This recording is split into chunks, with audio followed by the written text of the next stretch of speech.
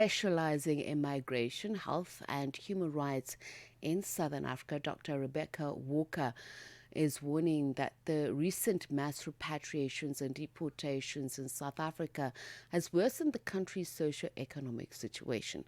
The South African government has spent over 80 million US dollars on detaining and deporting undocumented foreign nationals during the June 30 anti-immigration protests in South Africa. In fact, before, during and after, Dr. Walker says this money could have rather been directed at fixing systemic domestic challenges to curb poverty and the high unemployment rate. The South African government has formally asked Nigeria, Malawi, Ethiopia, Zimbabwe and Mozambique to reimburse part of the costs. We speak to Dr. Rebecca Walker now. A very good morning to Dr. Walker, and thank you so much for speaking to us. Good morning, and good morning to your listeners. I suppose it all does come down to facts and figures. Let's just begin with what South Africa was working with and what justifies the statements that you're making now. So South Africa, in terms of, numbers, in the run up to the 30th of June, was anticipating that, an amount of money would need to be spent on, they called it protection and a response to, the fear that migrants were facing in terms of being chased out of their homes. They budgeted a certain amount. They ended up spending 292 million, which was 5 times the amount that had been budgeted. But I think what's key about that is that was spent without sort of, legislative framework. It was spent without, recognition of, where the money actually needed to be going. And it was spent on a crisis that they created themselves rather than a crisis that needed responding to. Immigration was never the problem in the first place. There was issues around management. There was issues around documentation. But immigration itself was not the problem. We needed better migration governance, but we didn't need for 90,000 people to be forcibly removed from the country to at the expense, of 292 million and, causing, damaging regional relationships, sort of, forcing a backlash from other African countries, and also just, in such a brutal and violent way. I mean, these were people who have lived, many of them have lived nowhere else other than South Africa, had their lives here, many had documents. And, to turn around and chase people out is such a brutal response to, a crisis that wasn't actually the issue in the first place. And I'll come back to, so let's say this 80 million US dollars, where would it have gone to mitigate some of those issues that you say South Africans are contending with and are in a worse off position now? How could it have used that money to create unemployment and alleviate poverty? And how many people would have benefited? Just tell me where the budgeting would have gone to. I mean, I think it's quite simple. I mean, if we just look at what the causes are for the frustrations in South Africa, as you've mentioned, unemployment, failing services, municipal collapse. So it should have been ploughed into, those actual causes of the socio-economic crisis in South Africa. There's very simple, ways in which that could be done. And, the unemployment rate is not going to be fixed by deporting people.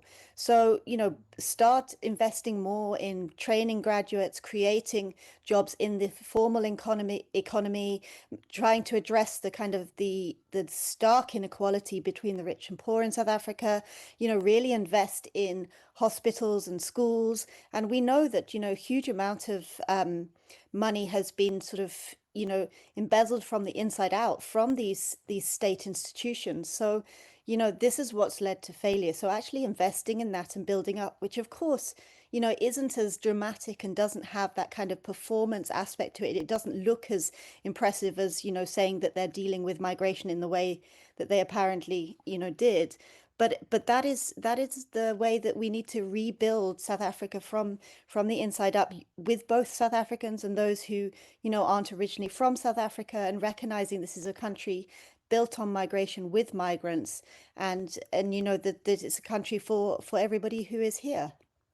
And I want to use practical examples here because Mm. they're those who've left the country who would have made claims or reported that, in fact, their departure not only denies South African jobs, but it's also a loss to the economy. So let's be clear. I mean, there obviously is a distinction between South African nationals and foreign nationals competing for work, and the distinction between, you know, their participation in the economy. So let's say over 80,000 people have left. Does that mean that that money would have been used to employ 80,000 South Africans? And I know some of it is a bit technical, but as a lay person, I'm really trying to understand those facts and figures. Mm. Well, I mean, the simple answer is no, because the employment doesn't work it's not a sum zero game. Like, you remove one person, you replace another person. Unemployment in South Africa is structural, and it's produced by an education system that doesn't produce employable graduates at scale, an economy that's not growing fast enough to absorb new entrants, a small business sector, and of course we have a huge informal economy as well. None of those causes have anything to do with migrants, and none of them are addressed by removing migrants. So the argument that migrants take South African job fails on its own terms, because migrants predominantly fill one of two categories: either jobs South Africans are not being offered because of the sector, the location, or you know, that the employer wants to exploitable undocumented labor. I mean, we need to be realistic about that. But there is also the point about wage depression. Undocumented workers depress wages not because of their presence, but because they're exploitable. And they are not jobs that South Africans are going to want to step into. And they're not jobs in the informal economy. So the solution is not to remove workers. We want to remove their exploitability through documentation and regularization. And that doesn't mean, that more jobs are going to be taken from South Africans. It's going to benefit the economy overall, because that raises the floor for every worker in the sector, South African and migrant. Deportation, all it does is, create gaps which are then going to be filled by more people who will be exploited. This isn't about, creating good jobs for people who need to develop skills, who need training, and we need to look at who has actually been removed. Removing a Malawian farm worker doesn't create a formal sector job for an unemployed South African graduate. It creates, as I said, a vacancy that goes unfilled, that goes to the next undocumented worker. So, that's the kind of money that has been spent on removing people could have been plowed into, graduate schemes. And also, one of the key factors is the fact, is the exploitation that was happening. How many employers have actually been arrested or, um, questioned around, exploiting undocumented workers or exploiting people by paying such low wages below the minimum wage? We've targeted, some of the poorest people, some of those who are, competing with South Africans for the scraps, not those who are, sitting in their lavish offices and, employing migrant laborers. So, we've looked at the wrong people, we've thrown money at the wrong problem, and ultimately, this is not going to benefit South Africa in any way. In fact, it's going to do the opposite.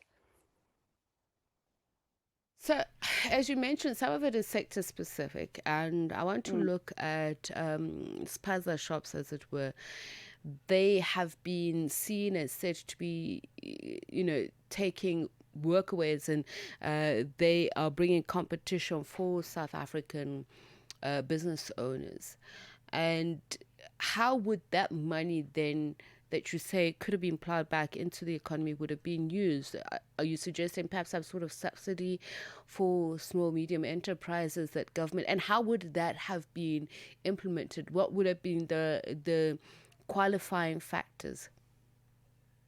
Yeah, I mean, as you say, absolutely subsidize small businesses, help regulate those small businesses. We know the informal economy in South Africa itself is actually thriving, and where, the majority of migrants who, can't access formal work have made jobs for themselves is where they found gaps in that informal economy, whether it's a spaza shop, whether it's, fixing cars or selling clothes. The informal economy needs to be supported, not to be stamped out, because all you're doing by doing that is actually, squeezing more and more people into a formal economy where they're not going to access those jobs. So if there's more money being plowed into the informal economy to really supporting sort of not only entrepreneurship, but, skills training so that people can, share those skills and move into those positions, that hopefully will be created in the long run. That is where you're gonna see your benefits. But what we have at the moment is, by it's made people the government through various laws and policies are making it harder and harder for businesses to exist on their own, particularly the informal economy and particularly those who are so-called low skilled jobs, which actually often are very high skilled. So they're targeting these particular businesses, which is actually where those spaces of work open up. And I think one of the key things that are also missing from the conversation is that the research actually shows that migrants create jobs in South Africa. For every migrant employed in South Africa, the UN has showed 2 jobs are created because of building up these spaces where a gap has been seen, where jobs become available, where skills get shared. So I think, removing migrants is not going to benefit the economy. It's not going to create jobs, and we'll see that in the figures that come out. We've already seen that the employment rate hasn't yet changed. Obviously, over time we'll see the impact, particularly of June and July and the deportations. But we're not going to suddenly see that there's been a massive change to the levels of unemployment. And in fact, we already know that it's much higher than is being officially reported anyway. And just a very quick one here, because part of Mm. the problem is that, you know, vulnerable communities are being forced to compete with each other. So, as in, it's a horizontal issue as opposed to vertical, where employers are improving the lot of workers. How does South Africa tackle that? So, yeah, I mean, but we this all fits within the sort of stark inequality that we have in South Africa, and by the fact that those who are in um, you know low income areas and areas where there are few jobs and where there's high levels of poverty are competing with one another for positions. But that's yes, South Africans and non-South Africans and those with documents and those without documents, but there aren't clear lines between who those people are.